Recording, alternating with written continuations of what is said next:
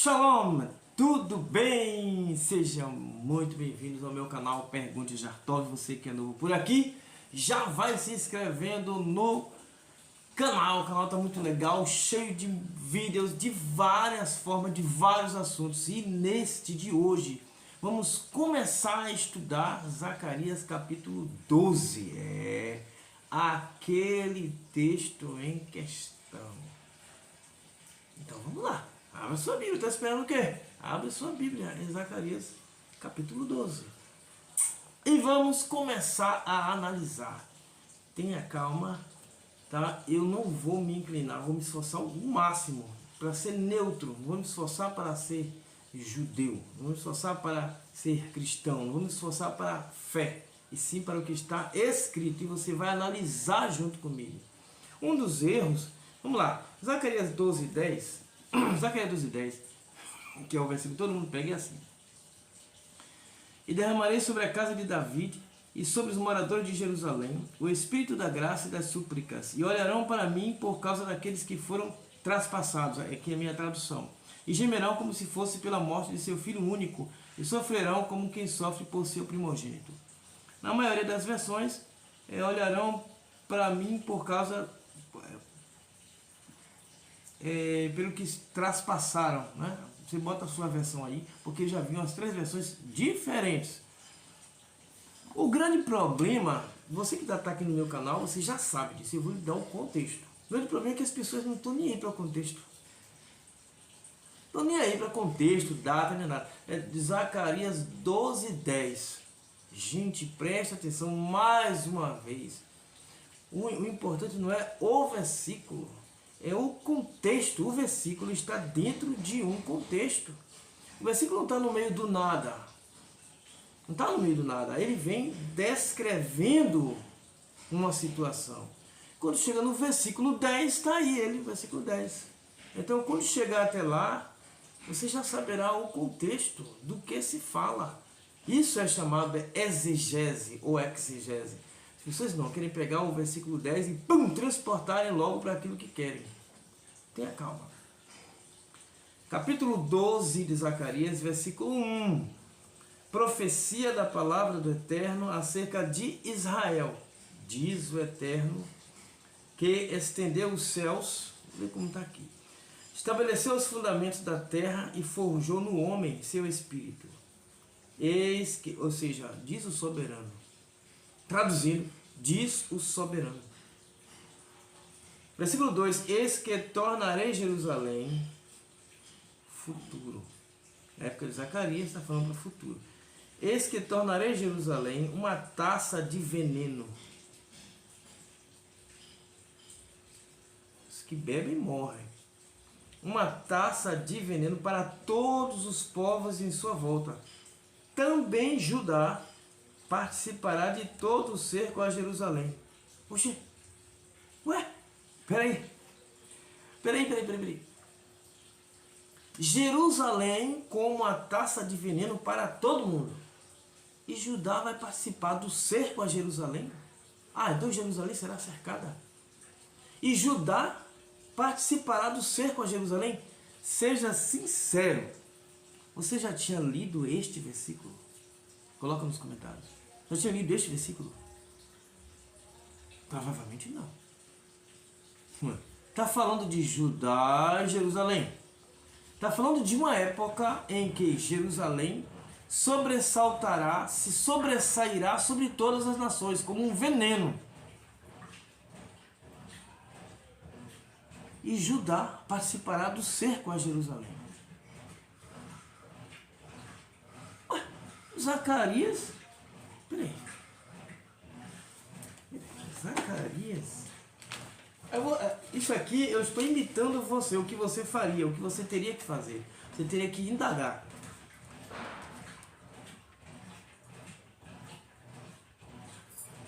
No oitavo mês, capítulo 1, versículo 1, no oitavo mês do segundo ano do reinado de Dario. Zacarias está no reinado de Dario, o persa. É isso mesmo? Dario o persa. Zacarias está no segundo ano do reinado de Dario o persa. Oxê, peraí, se é no... Isso é você indagando. Se é no período dos persas, então a Babilônia já tinha invadido. Então. Já tinha invadido. A Síria também já tinha invadido. Olha o contexto. Eles estão fora, então eles estão no exílio.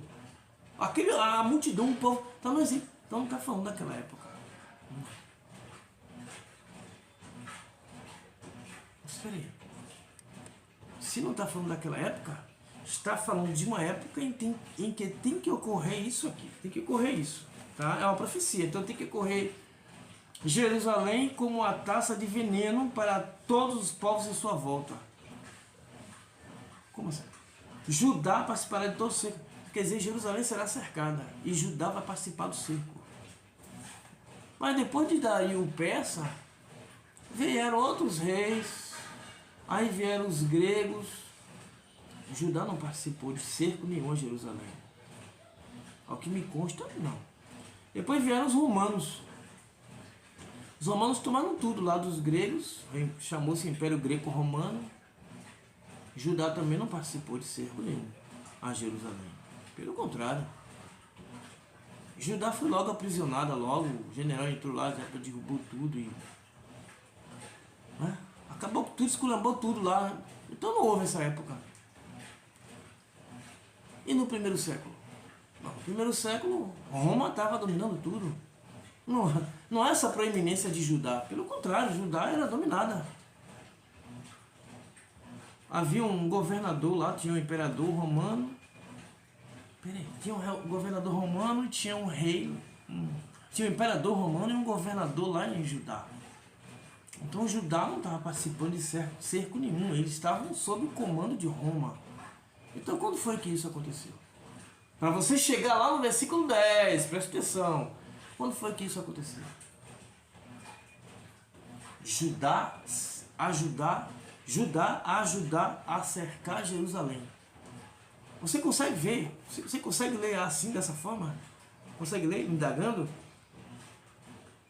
Tornarei Jerusalém uma taça de veneno para todos os povos em sua volta. Ué, Jerusalém estava dominada no primeiro século. Era nada Jerusalém. Tanto que até hoje, né, Jerusalém antiga, né? Não foi nada Jerusalém no primeiro século. Ficaram lá os camponeses, as pessoas mais pobres, tal, que os nobres foram levados para a Babilônia. Não foi isso? Foi isso. Aí... nunca foi, não. Você olhando a história, Jerusalém nunca mais foi a mesma. Judá também não. Os principais foram levados para a Babilônia. Esdras e Neemias tentou restaurar. Aí houve um problema lá com um dos governadores que queriam botar um símbolo estranho. E aí foi destruído lá, nem inaugurou. Então não houve nenhuma proeminência. Versículo 3. E naquele dia farei com que Jerusalém se torne uma carga pesada sobre todos os povos. De novo. Então é alguma coisa que Jerusalém estava sobressaindo. Duas vezes o versículo fala isso. No versículo 2 e no versículo 3. Duas vezes fala da proeminência de Jerusalém. Quer seja positiva ou negativa, mas Jerusalém seria alguma coisa que sobressaía sobre os povos. Presta atenção. Quando foi, desde que Babilônia e a Síria invadiu a terra, quando foi que Jerusalém foi proeminente? Diz aqui nos comentários. Você tem que analisar isso primeiro, essas coisas, esses dados primeiro, para depois chegar no versículo 10. Você ouve o tempo todo, a vida toda, falar de contexto, mas quando é um texto que você quer que seja aquilo que você acredita, você abandona o contexto. Por que você faz isso? O contexto é de uma época desse tipo. Naquele tempo, e naquele dia farei com que Jerusalém se torne uma carga pesada sobre todos os povos, que lacerará os que a carregam, os que a carregarem. Ou seja, quem mexer, seria uma época que quem mexer com Jerusalém está perdido, velho. Não. Jerusalém se perdeu. Não se tornou carga pesada, não. Roma veio e tomou tudo. Todo mundo conhece a história. Não estou falando de fé, estou falando da história, estou falando de fatos. Contra fatos não há argumento. E todas as nações da terra se unirão contra ela. Contra todas as nações. Será uma época em que todas as nações se unirão contra Jerusalém. Está escrito aqui. Qual foi a época em que todas as nações se reuniram contra Jerusalém? Babilônia foi e tomou os utensílios e tal e levou tudo.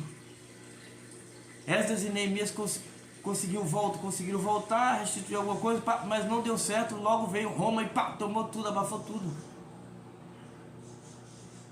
Quando é que todas as nações foram contra Jerusalém? Até hoje não, até hoje não. Todas as nações? Seja sincero com você mesmo. Nunca houve essa época ainda não houve essa época. Se houve, você pode colocar nos comentários aí que eu vou corrigir, vou fazer um vídeo corrigindo. Naquele dia, versículo 4, diz o Eterno: farei com que se confundam todos os cavalos e enlouqueçam seus cavaleiros. Voltarei meus olhos para a casa de Judá e ferirei com cegueira as montarias dos povos. Nunca aconteceu isso aqui.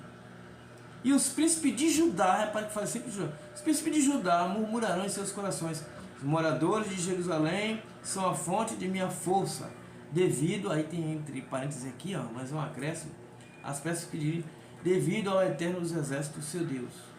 Aquele dia, farei com que os príncipes de Judá sejam como um braseiro em meio à lenha, e como uma tocha de fogo entre as palhas.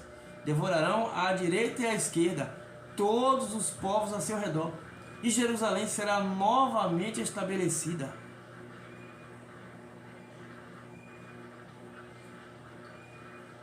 E habitada no lugar onde sempre esteve, em Jerusalém. Proeminência absoluta de Judá e a restauração de Jerusalém. Esse é o contexto aqui. Depois se dará o restante, que a gente vai estudar, vai analisar no próximo vídeo, ou nos próximos vídeos. Mas por aqui você pega o contexto, analisa o contexto, para de religiosidade, de fé, para com isso. Eu estou expondo o texto. Você já tinha feito isso, já tinha analisado o contexto? Não. Analise isso, analise o contexto, vá buscar na história, na geografia, arqueologia, onde você quiser, na máquina que está batendo roupa, fazendo barulho, ou na história, na arqueologia, em tudo que você quiser, e veja o contexto desse texto, e veja se isso aconteceu no primeiro século. E coloca nos comentários. A gente vai bater ainda em cima disso aqui, tá? Foi só uma introdução a Zacarias 8:10. Você que ficou por aqui, parabéns, porque esse assunto não é fácil. Não é fácil. Se inscreve no canal, deixa o seu like, comente, faça vários comentários. Tem um estudo sobre isso? Coloca aqui, eu vou ler. Eu teria o maior prazer em ler, tá? Sobre o contexto. Sobre o texto lá, 2:10, a gente vai fazer ainda. Compartilhe, chama outras pessoas para o debate, tá? A gente vai começar a conversar sobre isso. E nos veremos no próximo vídeo.